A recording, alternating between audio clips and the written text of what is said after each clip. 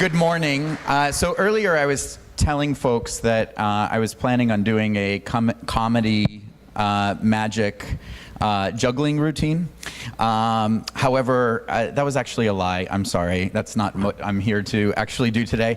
What I can do is talk about our space, our industry, and some of the dynamic changes that we're going through. So in my perspective, we are living in some exciting times within our industry. And if I were to have 50 pesos for every time somebody said digital, automation, omnichannel, or AI, I would be a very, very rich man at this point in time. And the reality is there are a lot of forces in our industry that are changing the way that we're going to have to operate and changing the way that we're going to have to work. And I actually think that that's an exciting time to be in our space, because that level of change brings out the opportunity to do more complex work and to do better service on behalf of our customers. And so what I think you see is market dynamics where people are interested in cutting costs. Labor is expensive, and so when faced with the opportunity to automate labor and to automate simple type transactions, companies are trying to take advantage of those opportunities. And ultimately, it's proliferating the use of these technologies. So technologies are being leveraged to automate various different transactions. They're being leveraged to take orders online, so it helps to increase sales. And the reality is, customers have responded positively, right? So there was a thought that, oh, who could talk to a bot? They would be really upset about it. You know, my understanding is some bots get asked out for dinner. You know, and customers build that type of a relationship with the bots that they interact with. And so the reality is that customers have accepted this level of technology and automation in our industry. What that has done, though, is that I think has created a sense of doomsday predictions, a little bit of fear as to what's going to happen to the jobs here. And I guess I'm here to tell you that from my perspective and from Teletech's perspective, we shouldn't be afraid of this market force. We should actually embrace it, because what I think it's going to do is not mean a loss of work for our industry, but it's going to create the opportunity to handle more complex. It's going to create the opportunity to attract higher levels of skill. It's going to create the opportunity for us to really be focused around solutioning on behalf of our customers. And so really when you look at automation and kind of what customers are willing to do, 45% of all work activities have the potential to be automated with AI. We see that consumers, 69% of them have responded that they're interested and would interact with an AI engine of some sort. But only to a point. There are certain scenarios where customers feel like bots are not appropriate to respond to that customer demand. And the reality is, as much as all the futurists out there and all the technologists out there are saying that bots are going to be the solution to everything, that's not the reality. And bots can handle big data really effectively. I think they're certainly scalable, so they can handle large volumes of transactions. And in certain instances, they're faster. There's no wait time. You get right directly to them online. And I think that they are able to help follow processes, but they are not able to necessarily critically think about how to handle problems that they haven't encountered before. And so where do we think humans are still part of the equation? Well, I think it's the exception handling, right? It's the things that cannot be predicted. It's the, we all work for large, complex organizations. We understand in that large complexity that sometimes people get lost in that complexity. And really, the role of a frontline associate in the contact center is to try to maneuver on behalf of their customer within that complex environment in order to provide resolution. And there's a belief that bots are not going to be able to replicate emotion or empathy. When there is really a failure and there is really a need to apologize, that apology is not going to feel very good coming from an automated response. In fact, it may actually have the opposite impact. And so as we look at the proliferation of bots, I would ask one question before we all kind of get on this bandwagon, is when we deploy a bot, is it causing frustration with customers, or is it building what I would call customer love or positive experiences? Obviously, the goal is the latter, and I think most companies endeavor to create world-class experience for their customers, but I can tell you the reality is very different. And so, for example, on the, I guess your left, example of a real chat scenario. So this is a leading global beauty brand. The bot interactions here you can't see online, so apologies for that. But they're very scripted. So it's about what do you want and to order, and then it's a menu of options. And so you have to click on that menu of options in the chat screen. It's a very linear conversation. The bot is driving the conversation. The customer is doing responses. It's kind of like a whole bunch of if-then statements. If you select this, then I'm going to respond this way, and it's a decision tree of some sort. And look, they're fine for its purpose. So scripted bots, I'm not against them, but they are limited in their use case. But some people have tried to go a little bit less scripted and want to go free form in text. And so this is an example on the right-hand side of a real chat situation from a major shipping company. And the customer, it was me, was asking, why do you need my email address? And this was after asking for my email address. So I was kind of asking, for my privacy. I was concerned. And the bot essentially kept responding saying, it's not a valid email address. I need your email address to proceed with this inquiry. So in this particular situation, we've created what appears to be a free-form bot experience, but yet it really isn't, because it's not able to understand the context of what I'm asking. But there are companies that are doing it really, really well. And I think those that are meeting those challenges are raising the bar around customer experience. I think everybody's familiar with Moore's law around technology. It talks about the exponential growth of technology over the years.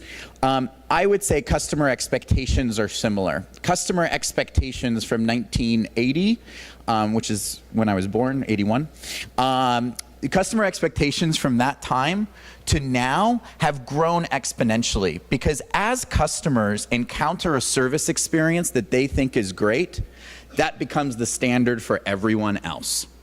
And so these companies that I have listed here, I think are driving the bar. It's not an all-inclusive list. I think there's others that are doing that. And I think those expectations are being driven. So in terms of driving that customer experience, I think the view that we need to have as an industry is it's a hybrid. We need to embrace the technology, because done in the right way, it actually drives positive customer experiences. No one wants to be on a phone call trying to resolve their issue if they could simply go online and do the same. And I think in scenarios where we can execute that and execute that effectively, the customer will respond really positively. However, it's important to then, within your intelligent virtual assistant or your bot, to be able to program when is it appropriate to now engage a human. At what point do you escalate a bot transaction to a human in order to get proper resolution? And so in our view, in my view, the move needs to go from these dumb bots, which are highly scripted, kind of channel specific. They're really programmed to do a single use case. So in order to grow the amount of bot activity that you can support, you have to make multiple bots, and they're all single use case bots. And then think about how complex you can get. With large organizations with over 200 plus demands, you're now managing 200 plus bots in your technology space and in your technology environment. And so what I would argue is that we need to move towards true AI in bots, because AI in its true form can be unscripted and adaptable. It plays in omnichannel, and so what that really means is that if it escalates to a human, the context of that bot interaction follows into the human interaction. So you're not starting all over again. And you wouldn't believe how many people don't get that right. And it creates frustration for customers, because why did I just go through all of this if you're asking me to repeat it over again? And so our view would be a single bot with multiple use cases that you train very much like you would your own employees. And so really, if I were to talk about what I define as an intelligent virtual assistant, a couple of things that I think are requirements around that. It needs to understand sentiment. So it needs to understand the context of comments and the sentiment around those comments. It needs to be able to respond with personalized answers. And it needs to know how to appropriately interact with the human workforce, because there are going to be situations where a bot is not appropriate to handle, and it needs to know when to deflect that contact to the right channel for resolution. And so we think of it as a symbiotic relationship. We would train our virtual assistants, our bots, similar to the way that we would train our employees. And so then that way, the same information, the same processes, the same procedures that are trained within the bot are also trained within with your associates. Associates are there. They can leverage agent-assisted bot technology. So this is where the bot is assisting the employee and not necessarily interacting directly with the customer. And this type of management support, I think, is going to be the future. But what it really means is that the stuff that's going to be automated, the stuff that bots are going to handle, are going to be the simple things, right? I think it's an example of what IVRs did back in the day around automating, hey, what's my balance? Can you tell me my last, 5 transactions on my checking account? Rarely do we get those types of calls anymore, right? And so the reality is that what's going to be left are more complex problems. The problems that there's not really a clear defined process in terms of how to respond, and require some critical thinking and thought on behalf of the associate in order to appropriately resolve the issue that they're trying to solve. And so that means that we need to attract that type of talent. And I would argue that contact centers today are not necessarily modeled to attract that type of higher level of business acumen that I think is going to be required in the future. I think people who are extremely experienced with solving business problems like that complexity, like the ability to solve those problems, but they don't want to be tied to a workstation at an 83 or 85% phone occupancy. They don't want to be tied to a workstation and only allowed off the phone for about 15% of the time for off phone activities. They need more flexibility. They need more opportunity to take a break, to resolve, talk to peers, engage intellectually. I think as we look to automate environments automate demands that our customers are coming to us with, we need to leverage some of that cost savings of labor in order to create better, more effective environments for our people in order to attract the talent of the future. I do not believe that millennials today, technically, by the way, I am a millennial, I Googled it, and so 1981 is exactly the border year for being a millennial, so I'm part of this generation. And I will tell you that millennials do not like to be tied to a desk in the way that contact centers have really organized. And so I think bots present a unique opportunity for us to solve that and to create a stronger work environment for our people. And I think some of the complexity that's emerging under the digital transformation are things like trust and safety work. And so what's trust and safety? Really, anytime that you create more digital type interactions, I think that activity, so digital creates the illusion of, you know, privacy. I think you have a little bit more freedom. We all have seen or read, or maybe you are, a Facebook troll that like kind of comes in, comments, and probably says things that otherwise in person you may not say directly to somebody. The internet gives us that freedom. We have a little bit of a mask that we can wear with the internet. And so as more and more goes into digital, I think that there is a greater proliferation around fraudulent activity. And it's important for companies to manage that fraudulent activity, to create trusted environments for its customers, to create safe places to conduct commerce. In automating all of the work that I think we're doing, I think we have a very unique opportunity to create different types of work environments for our people. I think it's going to be an exciting time for our industry because it'll allow our people to work on more complex tasks.